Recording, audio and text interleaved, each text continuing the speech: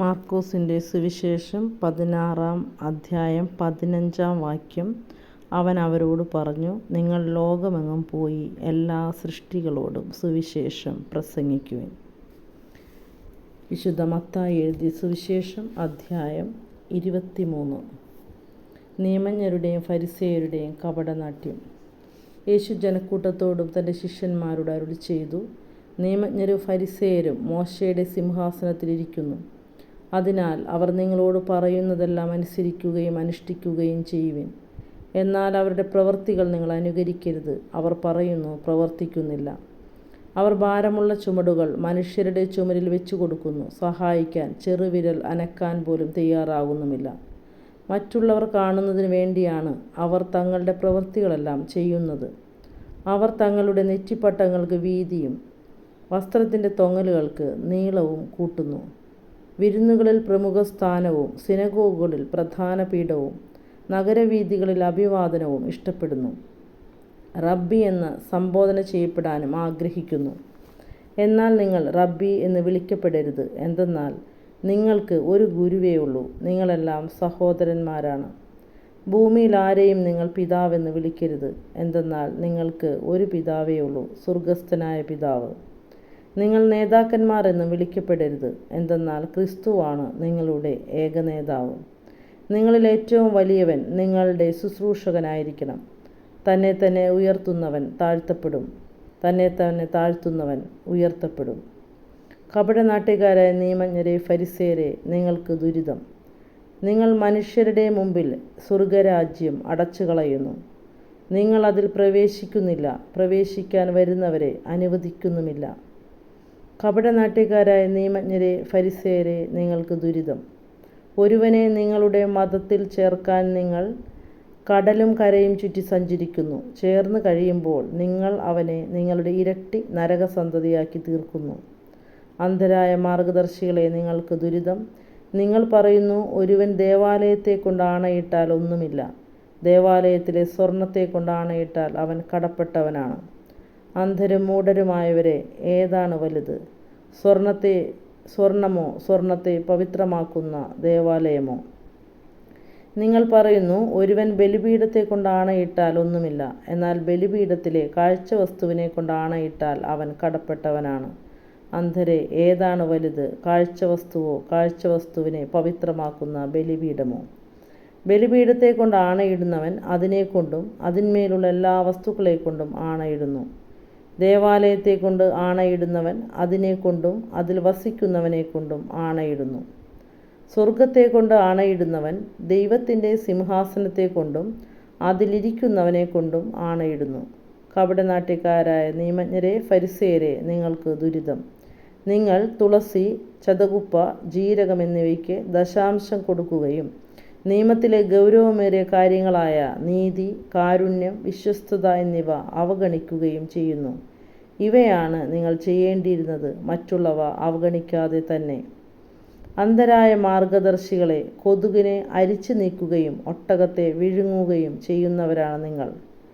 കപടനാട്യക്കാരായ നിയമജ്ഞരെ ഫരിസേയരെ, നിങ്ങൾക്ക് ദുരിതം. നിങ്ങൾ പാനപാത്രത്തിൻ്റെയും ഭക്ഷണപാത്രത്തിൻ്റെയും പുറം വെടിപ്പാക്കുന്നു, എന്നാൽ അവയുടെ ഉള്ള് കവർച്ചയും ആർത്തിയും കൊണ്ട് നിറഞ്ഞിരിക്കുന്നു. അന്ധനായ ഫരിസേയ, പാനപാത്രത്തിൻ്റെയും ഭക്ഷണപാത്രത്തിൻ്റെയും പുറം കൂടി ശുദ്ധിയാകാൻ വേണ്ടി ആദ്യമേ അകം ശുദ്ധിയാക്കുക. കപടനാട്യക്കാരായ നിയമജ്ഞരെ ഫരിസേയരെ, നിങ്ങൾക്ക് ദുരിതം. നിങ്ങൾ വെള്ളയടിച്ച കുഴിമാടങ്ങൾക്ക് സദൃശമാണ്. അവ പുറമെ മനോഹരമായി കാണപ്പെടുന്നെങ്കിലും അവയ്ക്കുള്ളിൽ മരിച്ചവരുടെ അസ്ഥികളും സർവ്വവിധ മാലിന്യങ്ങളും നിറഞ്ഞുകിടക്കുന്നു. അതുപോലെ ബാഹ്യമായി മനുഷ്യർക്ക് നല്ലവരായി കാണപ്പെടുന്ന നിങ്ങൾ ഉള്ളിൽ കാപഢ്യവും അനീതിയും നിറഞ്ഞവരാണ്. കപടനാട്യക്കാരായ നിയമജ്ഞരെ ഫരിസേയരെ, നിങ്ങൾക്ക് ദുരിതം. നിങ്ങൾ പ്രവാചകന്മാർക്ക് ശവകുടീരങ്ങൾ നിർമ്മിക്കുകയും നീതിമാന്മാരുടെ സ്മാരകങ്ങൾ അലങ്കരിക്കുകയും ചെയ്തുകൊണ്ട് പറയുന്നു, ഞങ്ങൾ ഞങ്ങളുടെ പിതാക്കന്മാരുടെ കാലത്ത് ജീവിച്ചിരുന്നെങ്കിൽ പ്രവാചകന്മാരുടെ രക്തത്തിൽ അവരോടുകൂടെ പങ്കാളികളാകുമായിരുന്നില്ല എന്ന്. അങ്ങനെ നിങ്ങൾ പ്രവാചകന്മാരെ വധിച്ചവരുടെ സന്താനങ്ങളാണെന്ന് നിങ്ങൾക്ക് തന്നെ എതിരായി സാക്ഷ്യം നൽകുന്നു. നിങ്ങളുടെ പിതാക്കന്മാരുടെ ചെയ്തികൾ നിങ്ങൾ പൂർത്തിയാക്കുവിൻ. സർപ്പങ്ങളെ, അണലിസന്തതികളെ, നരകവിധിയിൽ നിന്ന് ഒഴിഞ്ഞു മാറാൻ നിങ്ങൾക്ക് എങ്ങനെ കഴിയും?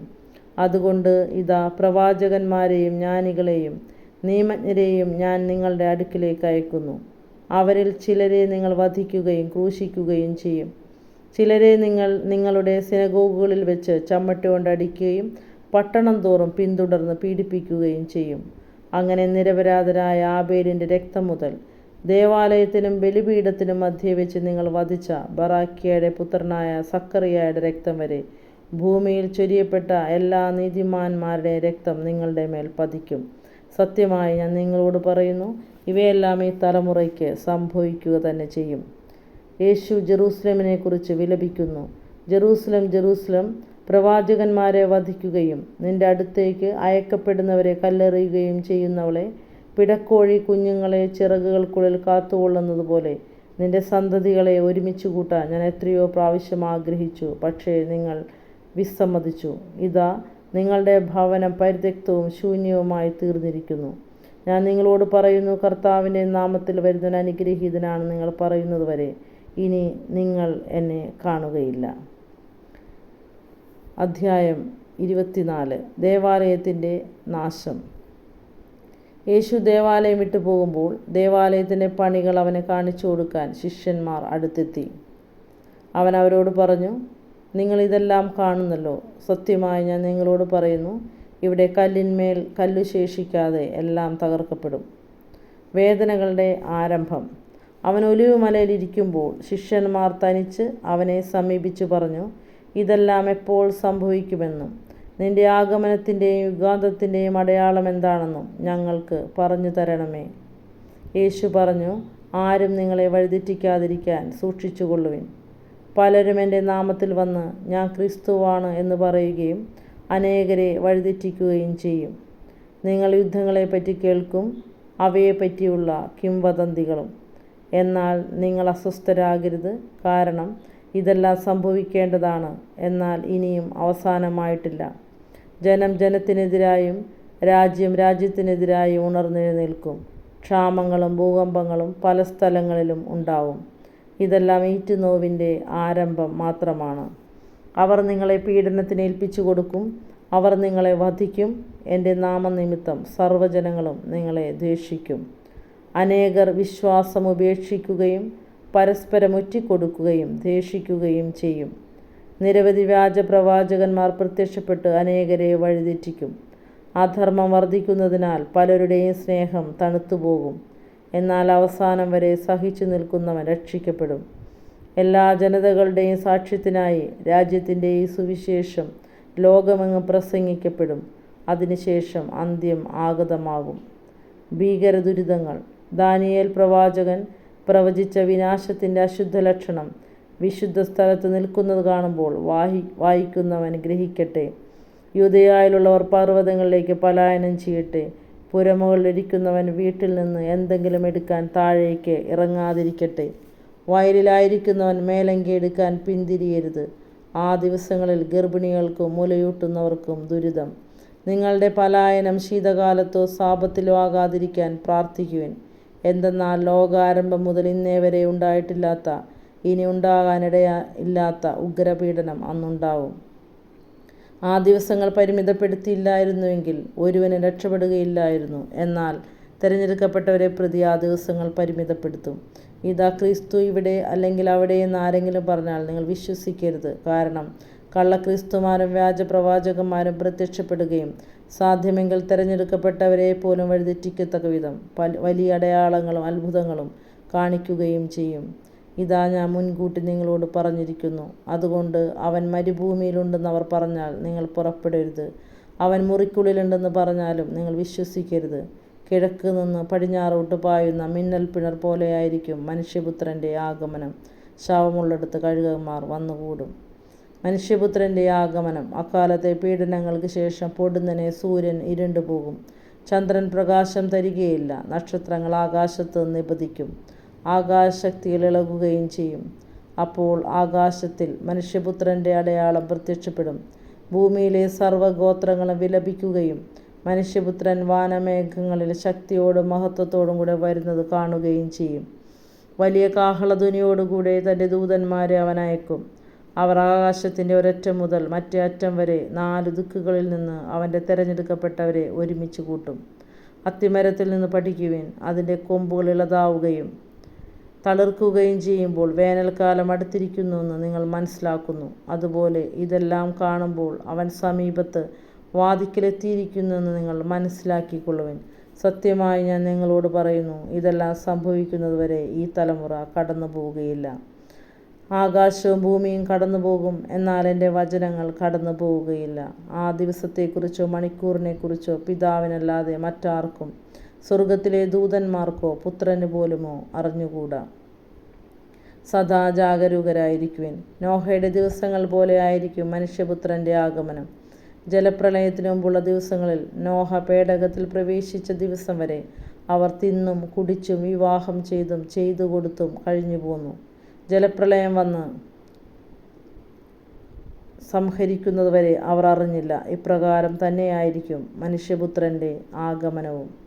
അപ്പോൾ 2 പേർ വയലിലായിരിക്കും, ഒരാൾ എടുക്കപ്പെടും, മറ്റേയാൾ അവശേഷിക്കും.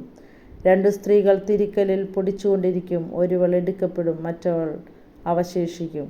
നിങ്ങളുടെ കർത്താവ് ഏതു ദിവസം വരുമെന്നറിയാത്തതുകൊണ്ട് നിങ്ങൾ ജാഗരൂകരായിരിക്കുവിൻ. കള്ളൻ രാത്രിയിൽ ഏതു സമയത്താണ് വരുന്നതെന്ന് ഗൃഹനാഥൻ അറിഞ്ഞിരുന്നെങ്കിൽ അവൻ ഉണർന്നിരിക്കുകയും തൻ്റെ ഭവനം കവർച്ച ചെയ്യാൻ ഇടകൊടുക്കാതിരിക്കുകയും ചെയ്യുമായിരുന്നു എന്ന് നിങ്ങൾ അറിയുന്നു. അതിനാൽ നിങ്ങളും തയ്യാറായിരിക്കണം.